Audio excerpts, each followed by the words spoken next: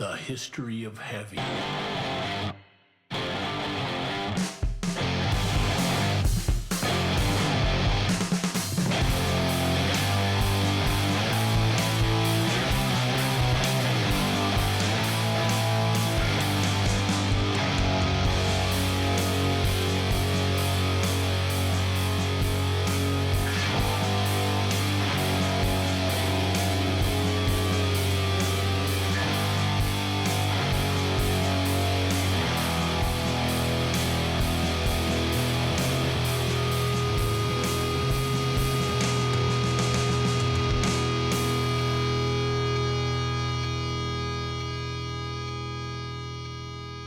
Hello and welcome to episode 45 of the History of Heavy podcast. This is the show that traces the chronology of heavy music across genre, song by song. I am Michael Huntsman. That is Big Daddy Dave Lieberman. Hello, Dave. Hey-o. How are you? I'm doing well. How are you, sir? I'm good, man. I am good. I am excited about tonight's topic. We continue into the year of 1973. I'm excited about tonight's conversation because it's hard to predict where this is going to go. It is. Look, we originally had 3 songs planned for the year of 1973, 3 songs that were released in the year of 1973. That began last week with our conversation about Alice Cooper's Halo of Flies. It will continue next week when we talk about James Brown, and after that when we talk about Betty Davis. So we're getting into some very interesting, non-traditionally heavy music over the next couple of episodes. But I slipped in the song we're talking about tonight at the last minute after only having discovered the song a week and a half ago, 2 weeks ago, whatever it was. But I once I heard it and read about the song, I knew we had to talk about it tonight. So this one may feel a little bit more off the cuff, although all of our conversations, I think, probably sound pretty off the cuff. But that will be a very fun thing to dive into. But before we do, as always, we must go again to Dave's Cultural Corner and dig into whatever additional 1973 ephemera you have in store for us, Dave. You covered a lot of 1973 ground last week, but how are you going to continue today? Dave's Control! Well, last week we talked about the year of 1973 in the world. Tonight is a topically song-themed cultural corner. And what I thought was, I had never heard of this band. I'd never heard this song. And it got me thinking, what other bands have I never heard of from 1973 that I should? So I did this is quick and dirty Google searching, but I did a quick search for heavy bands formed in 1973.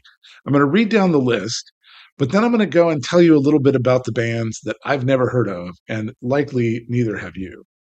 There's some heavy hitters on here. First of all, and it's alphabetical, so it's easy to follow. AC/DC, Bachman Turner Overdrive, Bad Company, Cheap Trick, The Dictators, Edda Music, Journey, JPT Scare Band, Kaipa, Kansas, Kiss, Lazy, Mass as Black Mass, Max Webster, Montrose, Primeval, Quiet Riot, Stray Dog, Vardis, Vitasit, and Witchfind, not to be confused with Witchfinder. I have not heard of most of these bands. I have not heard of most of those bands either, but there are some legitimate heavy hitters in that list. Now that we've gone through the list, I want to go back over the ones I've never heard of and tell you a little bit about them, because I think it's interesting. So starting with The Dictators. Have you ever heard of The Dictators? Oh, yeah, of course. Mad Mark, Manitoba. Yeah, that's a very important early... Yeah, are an American punk rock, hard rock band formed in New York City in 1972. known for their acerbic and provocative approach in their music, with albums like The Dictators Go Girl Crazy, Manifest Destiny, and Blood Brothers. The Dictators did not have any commercial success outside the punk rock scene in the 70s and courted some controversies, but later grew to be respected as one of the pioneers in punk rock with strong cult following. Critic John Dugan said they were one of the finest and most influential proto-punk bands to walk the earth. Great band. Fun fact about the Dictators, that their bass player, Mark Mendoza, would later gain fame by being the bass player of a little Long Island rock and roll band called Twisted Sister. Get out! Yeah. I've heard of them when I was 10 years old for my birthday. That was my first tape that I got. We will talk about Twisted Sister at some point on the show, probably.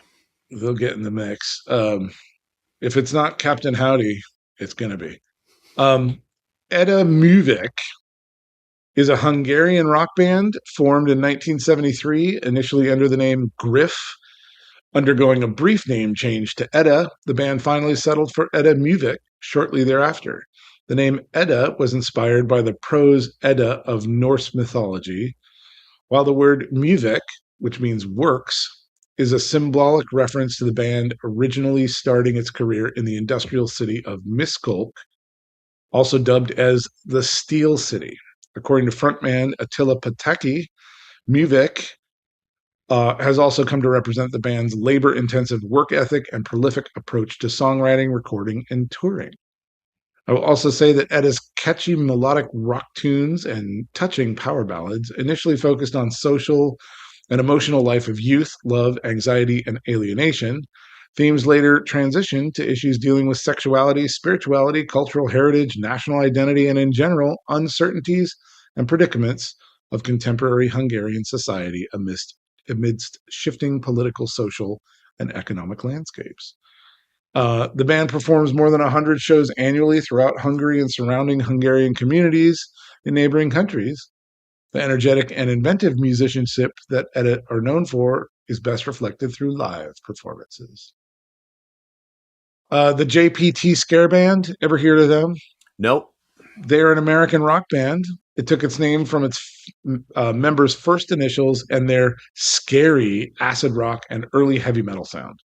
Although the band did not release their first album until the early 1990s, they had formed in the early 70s and made numerous recordings on reel-to-reel tape deck in a basement. In 2010, Rhapsody, the online music service, called their album Past is Prologue one of the best proto-metal albums of all time. I have to dig into that. We'll have to find out about them. Kaipa. Kaipa is a Swedish progressive rock band. Band was formed as Ura Kaipa in 1974. Shortly after, they cut the Ura from the name of the band.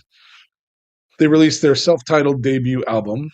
Royn Stolt joined Kaipa as guitarist when he was 17, and Stolt, who later founded the Flower Kings, left the group in 1979 after the album Solo. The band Lazy is a Japanese rock band founded in 1973. The name Lazy was taken from Deep Purple's song of the same name, and the music the band wanted to play was oriented towards hard rock. Managers and producers instead envisioned the young musicians as ideal prototypes for pop idols and created, through the use of monikers, costumes, and well-balanced singles, a successful boy band for the Japanese teenage market. Lazy made their debut with the single Hey, I Love You in 1977. And I emphasize that because of the exclamation points in the title. Mass, as Black Mass. Mass was a Bavarian heavy metal band from Regensburg, founded in 1973 under the name Black Mass, which disbanded in 1987, and at the end of 2016 reformed and expanded its lineup to include keyboards. Couldn't find much info on them. A band called Max Webster was a Canadian rock band formed in Toronto in 1972.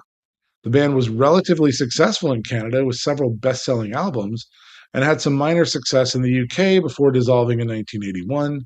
The band's founder, Kim Mitchell, subsequently enjoyed a long and successful solo career in Canada. In 2023, the band was inducted into Canada's Walk of Fame. Have you ever heard of Max Webster? I have not. Primeval, not to be confused with the Primevals, was an American rock band in the 1970s. In 1972, they recorded their only single, Too Dead to Live. Their only album, Smokin' Bats at Campton's, has been described as a bona fide stoner rock touchstone. Never heard of them. Got to dig into that one too. Stray Dog.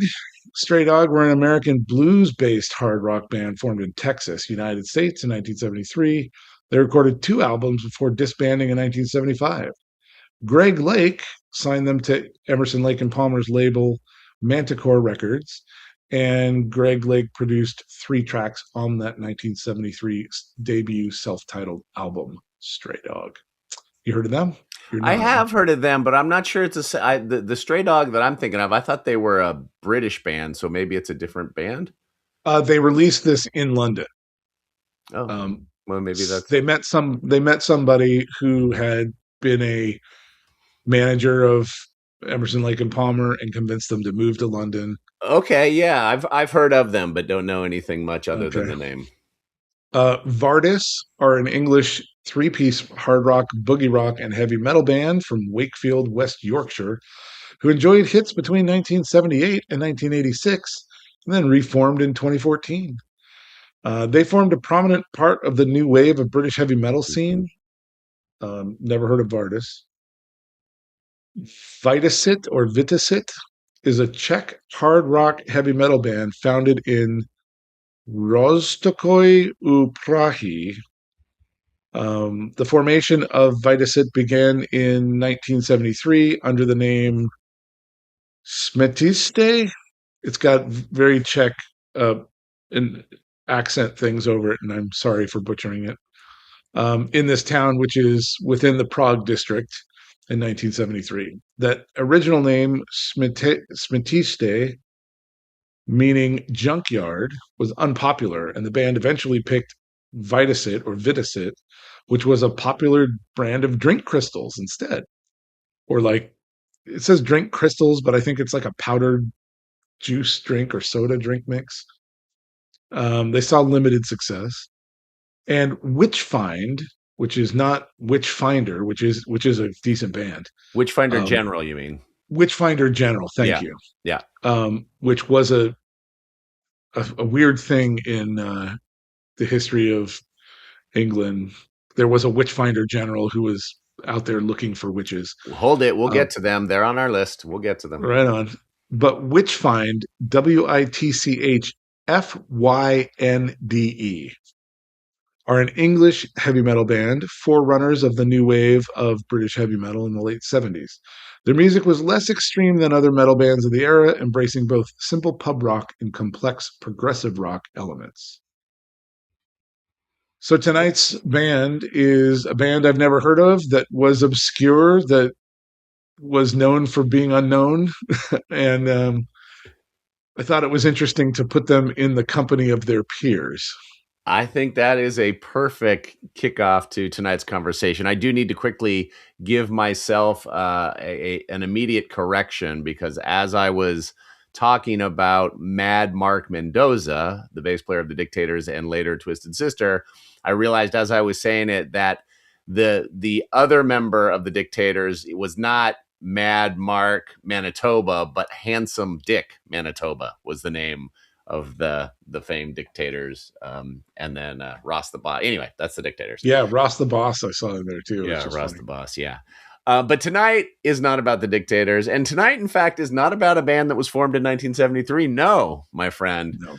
The band tonight we are talking about is called Necromandus, who were formed in Cumberland, England in 1968. Comprised of singer Bill Branch, guitarist Barry Dunnery, bassist Dennis McCartan, and drummer Frank Hall. They gigged extensively in England, catching the ear of one Black Sabbath lead guitarist, Tony Iommi, who began to shortly thereafter manage the group. In early 1973, the year of our Lord this podcast, under Iommi's guidance, they recorded their debut LP, Orexis of Death, at London's Morgan studio, with Iommi himself playing additional guitars on the album's title track, which is also the topic of tonight's conversation. A record deal was struck with Vertigo Records due to their relationship with Black Sabbath, and the band began opening for Sabbath on the UK leg of their Volume 4 tour. Yay, Volume 4. Reviews of Necromandus's live gigs were exceedingly positive, and Melody Maker at the time described their music as Black Sabbath playing with the proggy edge of Yes. Sabbath then offered Necromandus the opening slot for the US leg of the Volume 4 tour, but sadly, due to guitarist Dunnery's crippling fear of flying, they declined the invitation, and as a result, Vertigo shelved Orexis of Death indefinitely. The band then dismantled late in the year of 1973, and in 1977, after being fired from Sabbath, Ozzy Osbourne tapped Dunnery, bassist McCartan, and drummer Frank Hall as his backing band to then be dubbed the Blizzard of Oz. For a variety of really kind of unspecified reasons, as far as I could tell, they never formally kind of got the project off the ground and all parted separate ways. We know what happened to Ozzy. The remaining members ultimately didn't do much. But then finally in 1996, Audio Archives released Orexis of Death 23 years after it was originally recorded. Today, drummer Frank Hall is the only surviving member of the band, continues to play with various projects today. Dave, I had no idea that this existed until about a week and a half ago, but I was pretty blown away by it. What are your thoughts? What did you think of Necromandus, having learned of them less than a week and a half ago? Yeah. So I think it's a really interesting follow-up to Halo of Flies, because I found there were some similarities and differences. But first of all, our song choice, Orexis of Death, and this band, Necromandus, exist for me in one of these weird paradoxes. Like that of the Grateful Dead, they didn't sound evil, and they have this evil album cover and naming, and um, it was like, well, this doesn't match. And I definitely heard Yes, I heard Emerson, Lake and Palmer, I heard Rush, I heard a lot of prog. I heard more prog than heavy, and I was like, this is okay. This is interesting that we're listening to it. Um, Now, when I first heard the song the first time, I was like, okay, this song is going all over the place, similar to how Halo of Flies I felt did, but it kept me engaged. I felt like the musicianship was super tight. I liked where it was going. It didn't really strike me as that heavy though. So it just kept playing through the album. I was busy doing something, and I went back and started top of the album in Spotify. And it's actually like Orexis of Death and live in Spotify. So it goes right from the recording into a live recording. Mm-hmm. And the live shit is really heavy.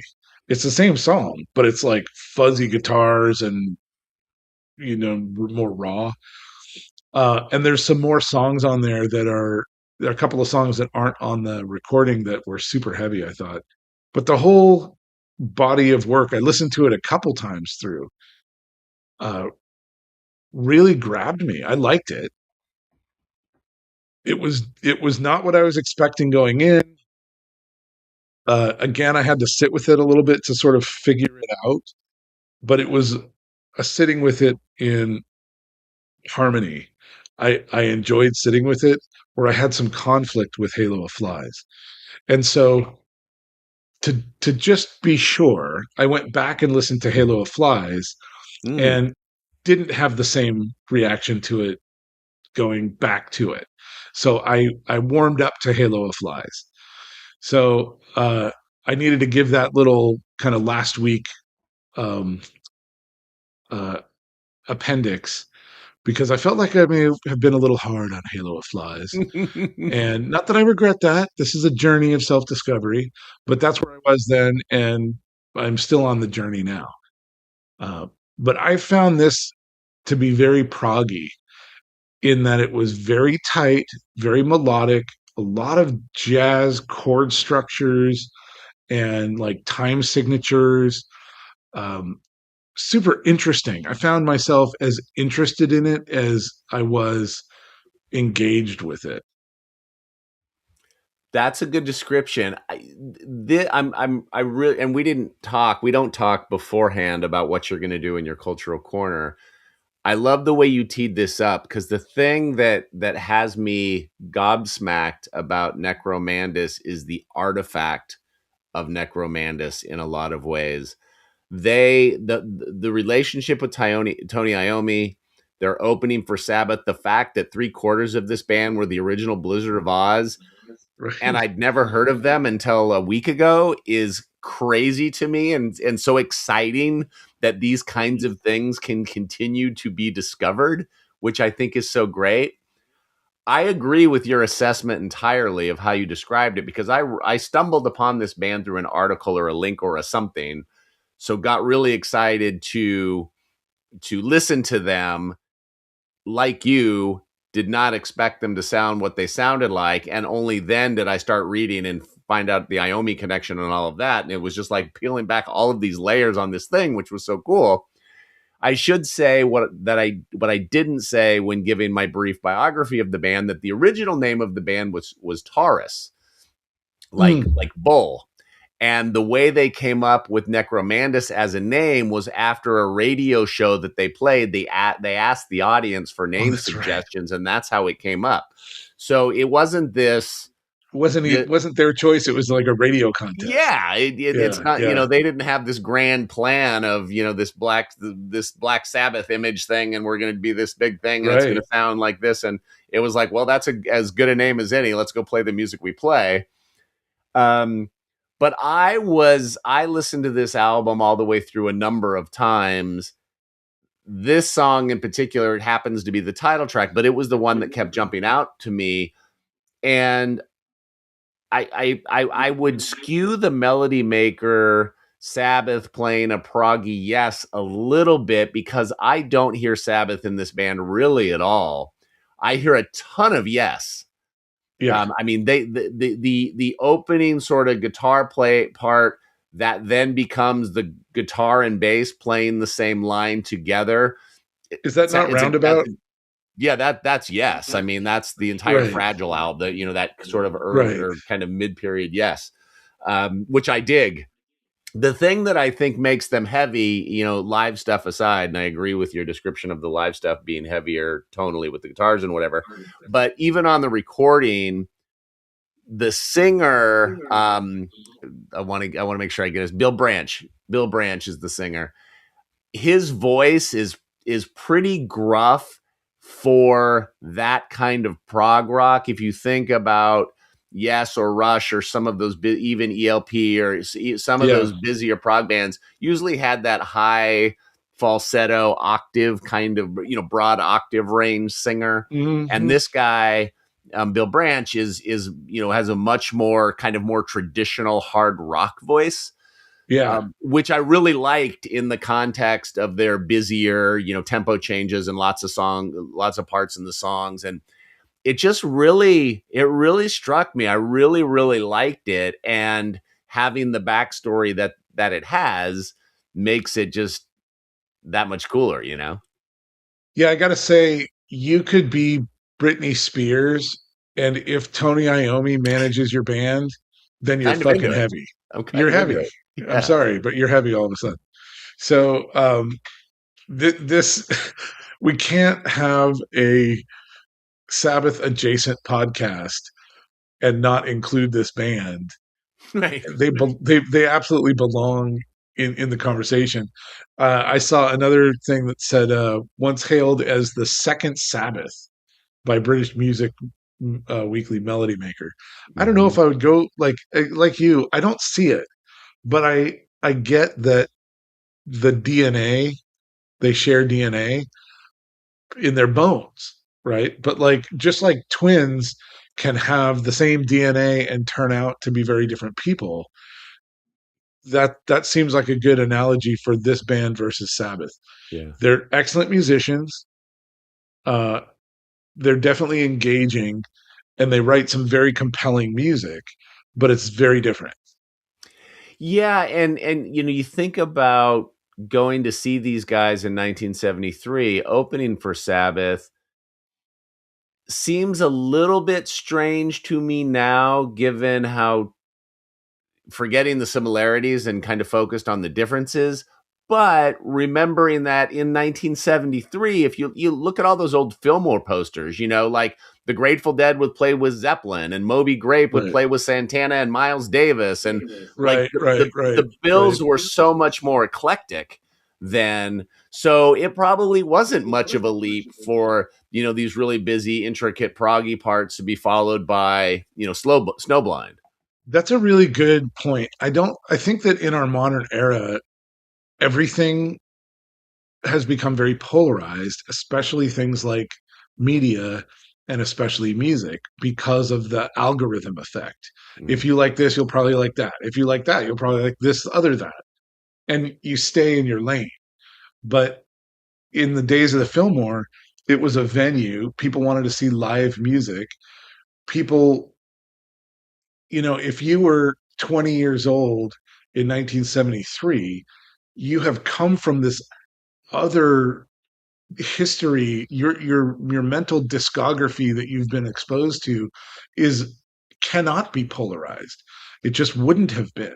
The way you get exposed to music is radio play, or somebody plays an album that they encountered at a live show. So like it I think it's a really relevant point that you bring up about the diversity of music that was much more common at the time, and how it seems like a mix match to us now looking back. But I think that at the time it was taken in stride. Yeah, It I made mean, more sense. by the time we get to the late 70s and certainly early 80s and beyond, genre and very specific genre programmed radio, to your point, becomes so siloed that new wave bands play with new wave bands and punk bands play with punk bands and metal bands play with metal bands, and everything is very and homogenized. Everything starts to sound like the thing that it's related to, and there's not this disparate taste. And I think that has started to. I think the algorithm, yes, is more same as same, but the accessibility to all of the genres and all of the music in one place has also made it less relevant. I think, Yeah, yeah, Coachella starts to change that. Lollapalooza, those kind of broad festivals where they are starting to bring more eclectic acts together. It's dance and country and hip hop and rock and whatever. So I think it's gotten a little better, certainly from sure. a live perspective due to festivals in recent decades, but certainly Well, through our childhood it was more differentiated by taste for sure. yeah, and I think that there was a moment where there just wasn't enough of a population of each type of genre. There Right. wasn't a fragmentation of things were classical music or crooners or dance music being like big band dance music, Hmm. or else it was rock and pop. And I think that as we explored in our very earliest episodes, how teenagers became a market, that took a little bit of time to uh, really get out there into the consciousness in a way that resulted in the more homogenous, tight, defined genres. And so this period between in the 60s and 70s, that's all evolving. And so even in Woodstock, there was a variety of music that was at Woodstock that we might not understand as being on the same stage, Although, to your point, Lollapalooza changes that. Um, Certainly, Coachella changes that. Hardly Strictly Bluegrass in San Francisco changes that. Well, and There's if you think of the festivals that just predate that, Rock the Bells and Ozfest and even Gathering of Tribes, those were very genre specific, yeah, yeah, and then Lala, I guess, first, because I think alternatives the umbrella of alternative starts to get really big. It becomes, yeah, Soundgarden and Ice-T and Susie and the Banshees and the Rollins Band and Nine Inch Nails, and it yes, starts to broaden a little bit. yep, yep. Yeah. I do like this idea though, and maybe Rush. We you and I bandied texts back and forth a couple of weeks ago to determine which Rush song we were going to talk about in a few weeks, and it was kind of fun going back to listen to some old Rush and go, should it be this or should it be that? Listening now to Necromandus, Yes is definitely, to me, the immediate sonic comp. Like, that is who they sound the most like to me. But they have a heaviness, maybe due to the vocal, but they have a heaviness that Yes didn't have, but Rush would have Rush, yeah, when they get into yeah. those early records. So early Rush records. So I wonder if, as Necromandus undoubtedly look back on their career and what could have happened should their guitar player not be afraid to fly and they go to the US and their album is released in 1973 instead of 1996, what happens? Do they become Rush? Yeah, yeah, yeah, So it's just kind of interesting because I do think they have an edge that Yes didn't necessarily have, and I love Yes, but they have an edge that Yes didn't necessarily have, and they had a technical proficiency that Sabbath didn't play with. That's just not what Sabbath right, did. So right. it seems like there was a real lane for them should they have been able to Exploited to it. to do what they needed to do or wanted to do in 1973. Yeah, and once again, the live versions of some of these same songs highlight the heavy, how fluent they were with a heavy sound. Yeah. So it translates to, it could carry a heavier weight if they wanted it to, and if the production was maybe different. Mm-hmm. So it could have gone either way, and they really could have threaded the needle. 100%. They did end up, I don't know if you went and listened to it, but they ended up reforming with like a different lineup and put out a record in 2017 that's like a self-titled record called Necromandus. No, I didn't listen That to is that. worth listening to. That when I first heard of the band, again a week and a half ago, that's the record I listened to first because I hadn't read anything yet, and I'm like, wow, this is pretty awesome. It's definitely heavier and got more updated production. It's worth listening to. But after reading about the band, that's not really the band. Yeah, The band is the one that recorded this thing that was shelved in 1973. And then you read that not only are they managed by and effectively discovered and managed by Tony Iommi, but Tony plays on this song. yeah, that's It's like nuts. he might play 3 notes in the bridge, but I don't care. I hear it differently knowing Tony Iommi is playing on it. It just makes it Yeah. cooler, Yep, Yeah. yep.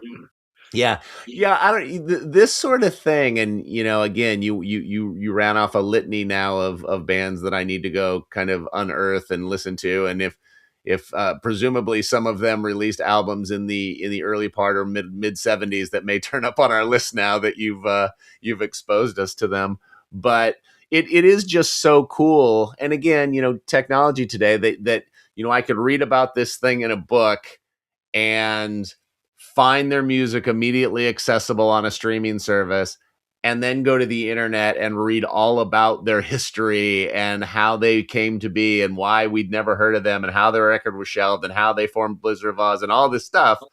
And it's just awesome. Yeah, It makes this really fun and surprising. We thought we were going to be talking about James Brown tonight, and we'll get On to this James episode, next yeah. week. But instead, we're talking about a band that we had never heard of up until last week. You know, it's pretty cool. What a time to be alive, Mike. What a time to be alive! It was so great and so horrible in so many ways. Mm. So, what We're else going to about focus on how good. Necromandus and about Orexis of Death? Anything you wanted to hit on that we didn't touch on? No, just the paradox of sound to surface. Like when you get past the album cover looks kind of cool and dark. Uh, it's that it reminds me of that heavy metal, the movie aesthetic, Animation, yeah. where it's a little more primitive animation, and it's adult themed. It's dark. And it feels like it might be a little bit psychedelic, the font of the Mhm. band. You know, we talk about album covers, so I wanted that would be the only other thing I wanted to talk about, how this album cover I really like. It almost seems like Frank Frazetta Mm. type of fantasy artwork, and then it sounds so much more refined than that. Yeah, And it looks dark and it sounds not as dark. not that it would have mattered because their record got shelved for reasons that have nothing to do with marketing, but in terms of the potential marketing of this band, I don't disagree that Necromandus is not the right name for this band necessarily. That is not the right album art for the music within, and even some of their titles, you know, A Black Solitude, Homicidal Right. Psychopath, you know, Orexis Stillborn of Death. beauty. Yeah, that is not what their music sounds like. No. So you know, it is a little bit of, you know, part of the reason the Rolling Stones became the Rolling Stones or the Beatles became the Beatles is the way they were packaged, right? Right. It's yes, they had the songs and the chops and the whatever, but the packaging is a big. Black Sabbath became Black Sabbath for a lot of reasons, in addition to how great they are. Yeah. You Yeah. know, Yeah. so I, you know, Necromandus feels like they missed the mark on a few levels, and again, we won't ever know because the record didn't come out when it was supposed to come out, but it is just kind of an interesting thing in terms of positioning. And you know, you mentioned the Grateful Dead. That was always a big one. You know, we always talk about that one as like the greatest art in the world, and how are these guys so folky and hippie-ish. And you know, Meatloaf's Bat Out of Hell is a great example. You know, Right. you look at that Right. album That's cover, another you're one. like, Yeah. holy fuck, I can't wait to hear this new Judas Priest record. And it's like, meh, Right. And you know, it's theater. It's theater it's arts. theater, right, It's right, a musical. And I'm like, oh, that's not what I was expecting, yeah, actually. That's a good analogy. yeah, There's a lot like that. And I think that's part of what it's one of the fun things about exploring music when you first discover it, and having a memory of, you know, pre-digital music discovery, going for the album art and finding it to be a dud, and then going for another album for album art and being absolutely blown away. yeah. You keep going back because you're chasing the dragon, and you'll take the risk every time, because when you get blown away, there's nothing like it. Right. It's yeah. It's true. It's true. Look, we also should say, you know, we've talked about King Crimson. Now we've talked about Necromandus. We mentioned Rush. We'll get to Rush. So we have toyed with progressive rock a little bit, and we've got a few more to come. But I think it's an important subgenre or genre, I guess, in our chronology, because as we get really into the 90s and beyond, and you get into bands like Tool, these progressive rock bands are really important to the way heavy music evolves and some of the subgenres that come ultimately inspired by this. Bands like Mastodon, you know, heavily inspired by this stuff that's busier with tempo changes and longer arrangements and all Yep. of that stuff. It's a key part of heavy, even if some of this stuff doesn't necessarily sound sonically heavy to our 2026 ears today, you know. Yeah, yeah, we're paving that road and building towards that future. It's really interesting because the cultural corner today almost went to a prog oriented theme, but I didn't want to blow the conversation in the cultural corner. So I switched it up. Because if I said, here, we're going to talk a whole bunch about prog rock bands in the cultural corner, like, well, what are we doing that for? That's why we didn't do that. Spoiler alert, you might hear a prog rock compendium coming shortly. Looking forward to that. Okay, I think that wraps up Necromandus, except to pit it against our current Song v Song champion, which we share. That is still Edgar Winter Group's Frankenstein, a song that we love, and it's my affection for it seems to be growing, and I'm glad you brought it to our conversation a few weeks ago. For me, I was thrilled to find Orexis of Death in this band Necromandus, and I'm going to undoubtedly several playlists will be littered with these songs, so I look forward to hearing them on repeat and getting more familiar with them. But as of today, Orexis of Death does not beat Frankenstein. Frankenstein will carry on next week to me. Is that the same for you? Yeah, Tony Iommi playing on this song notwithstanding, this is the first time and only time you're going to hear this on this podcast. I think I'm going to choose the not Tony Iommi song, which is Frankenstein. You're going to take the white knight that is Edgar Winter instead of the black knight, which is Tony Iommi in the guitar duel. Yeah, that makes sense. I am in total agreement. Next week, as mentioned, we will not be continuing the prog rock conversation, but we are getting a little afield of what many people would consider heavy. For our penultimate episode of 1973, we are talking about the great James Brown and his classic song, The Payback. This song was brought to us by you, which means that next week Dave will be hosting. Role reversal. And I will be cultural cornering. But we both, I think, have a lot to say about not only The Payback, but also James Brown. So that'll be a fun conversation. Yes, it will. Yeah. Until then, thank you all for tuning in. We appreciate you listening. This is a fun conversation. Go check out Necromandus and check out all of those bands that none of us have ever heard of that Dave rattled off earlier. Go listen to the Dictators. They're great. We will talk to you next time. In the meantime, stay heavy. Okay, thank you. Bye.